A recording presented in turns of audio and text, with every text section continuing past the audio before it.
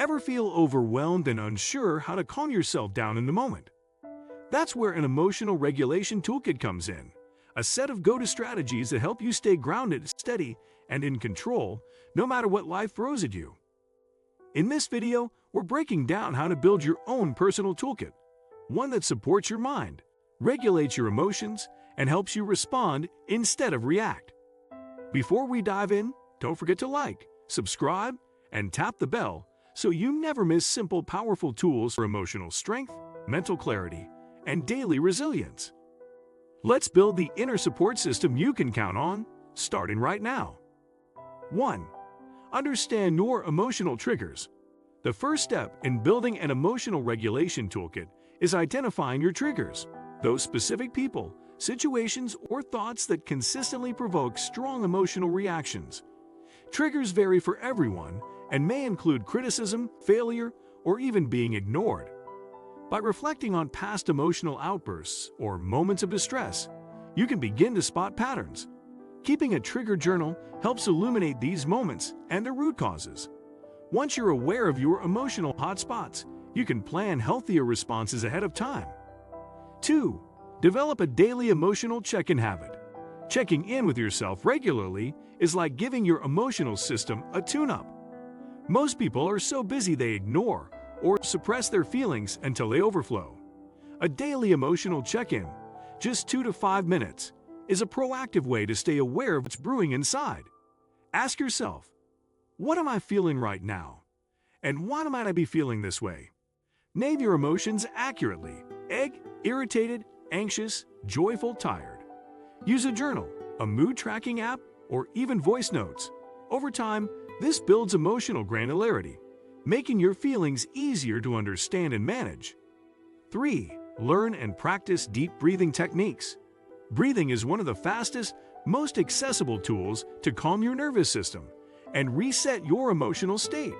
When you're stressed, your body often shifts into fight or flight mode, resulting in shallow, rapid breaths that amplify anxiety. Deep, conscious breathing helps activate the parasympathetic nervous system, which brings you back to a state of calm.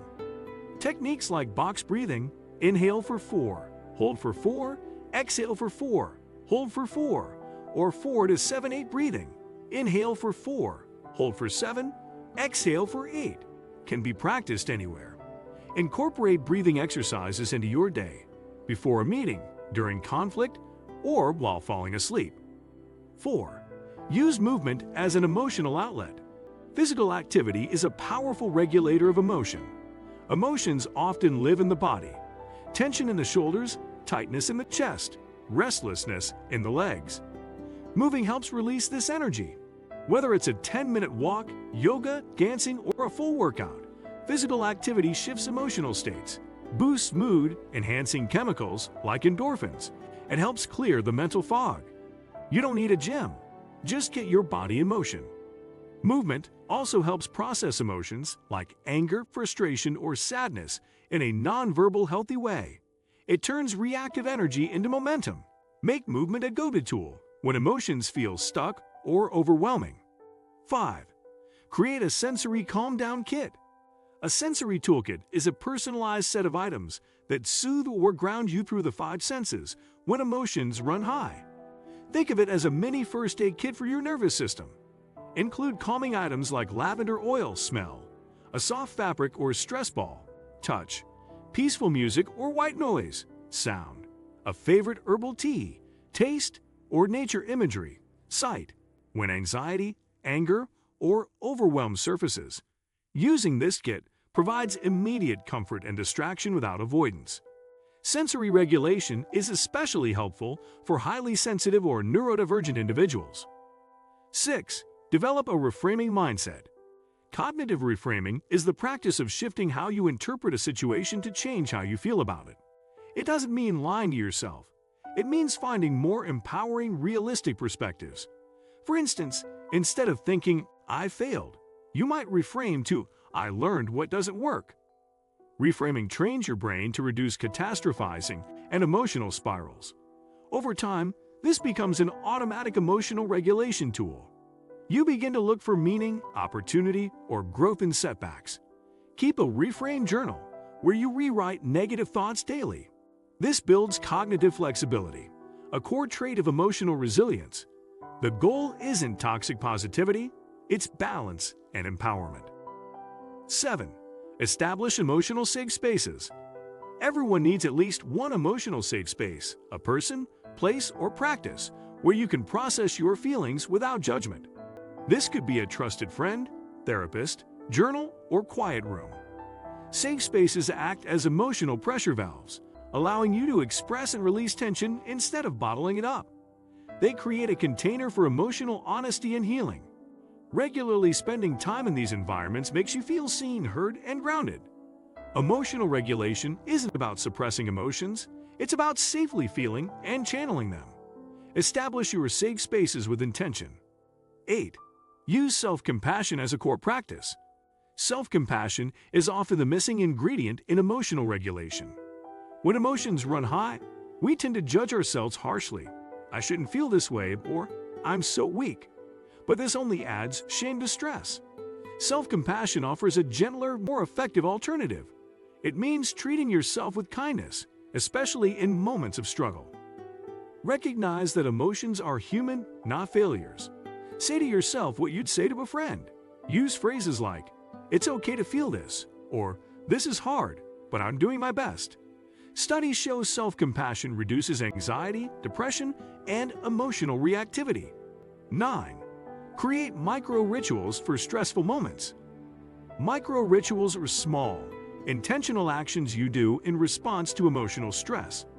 They bring structure to chaos and signal safety to the brain. Examples include making tea while taking deep breaths, lighting a candle before journaling, or rubbing essential oils on your wrists. These tiny actions act as emotional anchors, grounding you during turbulence. Because they're short and repeatable, they're easy to turn into habits. Over time, they become cues that remind your nervous system, you're safe, you have tools, you can handle this. Micro-rituals also help you shift out of emotional autopilot and into conscious behavior. 10. Regularly reflect and refine your toolkit. Your emotional regulation toolkit is not static. It evolves with your life, experiences, and needs.